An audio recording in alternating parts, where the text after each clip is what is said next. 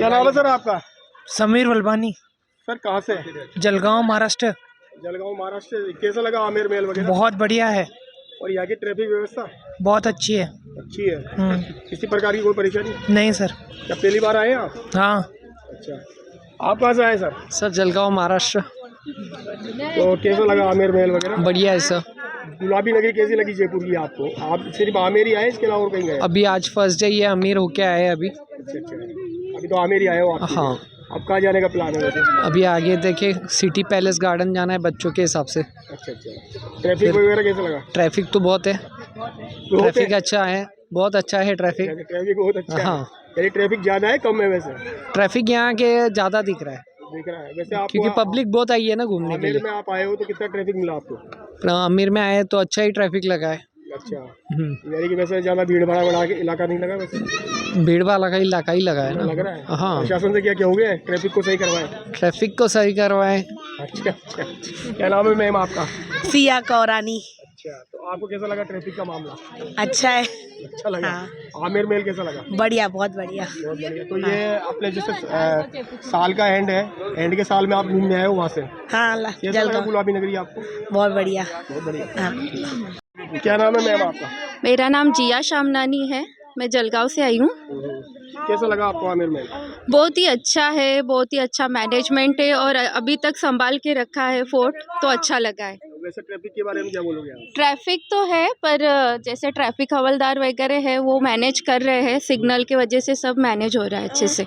आपका नाम बताइए। मेरा नाम एडवोकेट अवधेश चतुर्वेदी है। कहाँ से हो आप? मैं वैसे मुंबई से हूँ। बसी मुंबई से हो? जी। तो आप यहाँ पे आए आप 31 पे नई साल के ऊपर घूमने के लिए। कैसा लगा आमेर महल वगैरह? बहुत अच्छा जगह था, बहुत खूबसूरत जगह है। इसे देखकर मुझे ये लगा कि अपने जो ऐतिहासिक विरासत है, हमारे भारत की जो कल्चरल जो एक्टिविटी सुंदरता है करके, वो देख के ये लगा कि हमारा जो इंडियन का हेरिटेज है वो बहुत ही अच्छे से संजो के और रखा गया है। यहाँ के राजा और महाराजाओं के द्वारा सबसे बड़ी चीज़ वो है कि जो भी चीज़ें उस समय होती थी करके, कलाएँ वस्तुएं बहुत ही अच्छे, आर्टिफिशियल नहीं है, बिल्कुल ये ओरिजिनल चीज़ है, ओरिजिनलिटी है जी। तो ये बताइए ट्रैफिक वगैरह कैसे क्या है यहाँ का?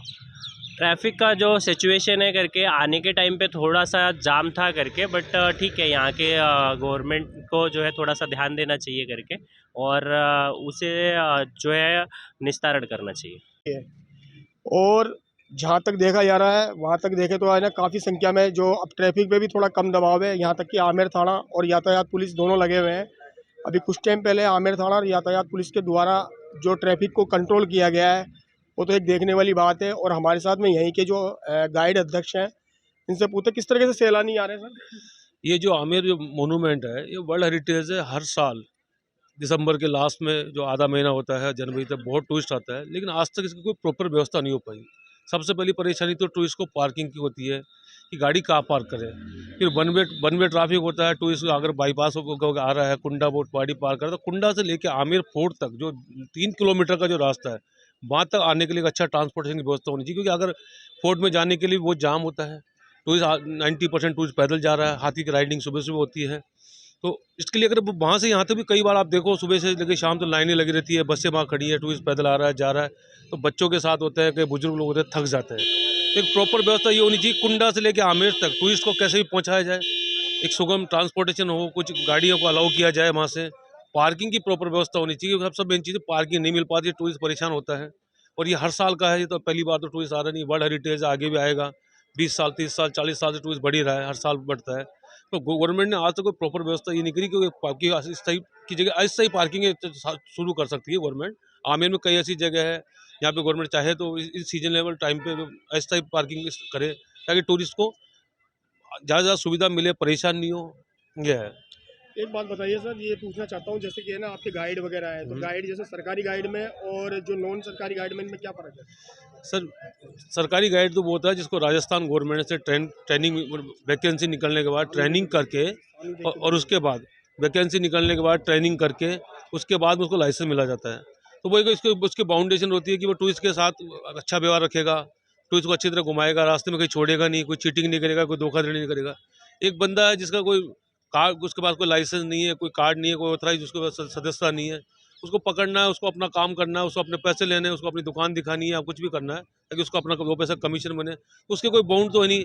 अगर ऑथराइज गाइड टूरिस्ट के साथ बैठता है तो उसका नाम पूछा जाता है, उसको ऐसा लाइसेंस। एक मामला सामने आया है अभी, कोई एक पर्यटक के साथ में, जो बाहर का पर्यटक था, उसके साथ में कोई घटनाक्रम हो गई कि आपके संज्ञान में कोई लपके ने उसको जिस तरह से कोई शोरूम में ले जाके, इन लपकों के बारे में क्या बोलोगे आप? गवर्नमेंट से क्या कहना चाहेंगे? सर, साल के अंदर ऐसे 200 प्रकरण होते हैं, गवर्नमेंट को इन पर सख्ती करनी चाहिए।